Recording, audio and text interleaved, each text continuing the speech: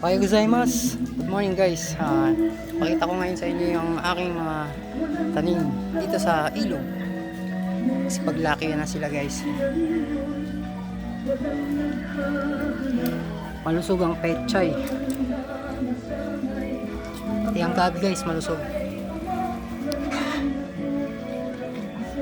Siling labuyo marami guys. Nilagay ko siya sa Wilkins water based system guys. Binutasan ko siya at sinabit ko guys. Mga talong guys paglakihan na rin sila guys. Ito yan sa ilog guys mga talong naman ito sa taas. Nakailang harvest na siya guys yan sa talong na yan. Ito naman yung palaya ko, malapit na rin siya magbunga guys. Malusog sila kasi ang sikat ng araw nasa kanila sa tuwing umaga guys. Hanggang hapon yan, may sikat ng araw dito guys. Isili guys Mahal pa rin tayo sa taas kuya.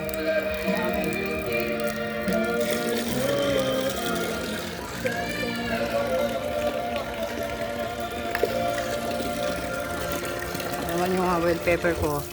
Ilan linggo na siya, pwede siyang harvestin, pwede siyang ialo sa spaghetti, masarap yun guys.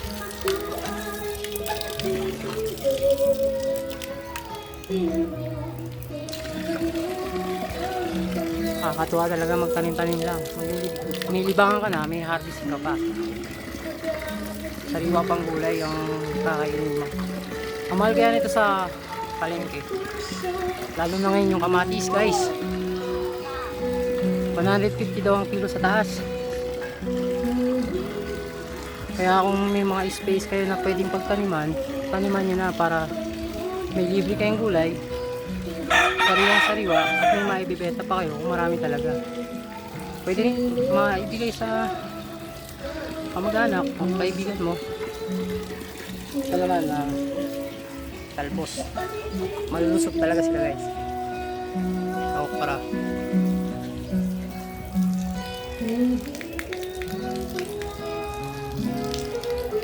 Marami pa dito ang talong guys. Mali, kamatis. Marami pa dito kamatis.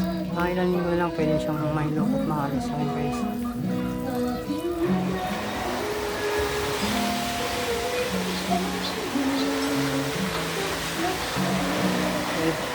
May bell pepper pa dito. Kamatis yun na. Pwede siyang maalis sa susunod na araw.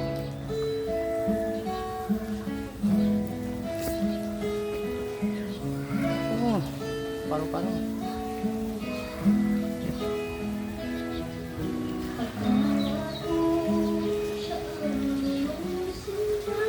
Marami pa rin kamatis dito guys